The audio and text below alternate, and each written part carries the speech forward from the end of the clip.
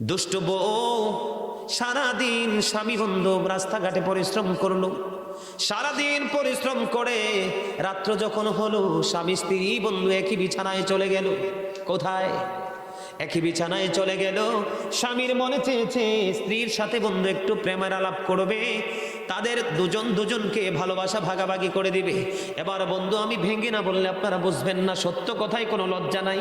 আমার নবী যেইভাবে বন্ধু শিক্ষা দিয়েছে, ট্রেনিং দিয়েছে, আমার নবী বলেছেন স্বামী আদর করে স্ত্রীকে কাঁচু কাপড়ের আঁচল ধরে টান দিল, স্ত্রীকে ভালোবাসবে, প্রায় সারাদিনের ক্লান্তি সে দূর করবে। বন্ধু স্ত্রী তার ডাকে সাড়া দিল না, মুখটা অন্যদিকে ঘুরিয়ে ঘুমায় রইল।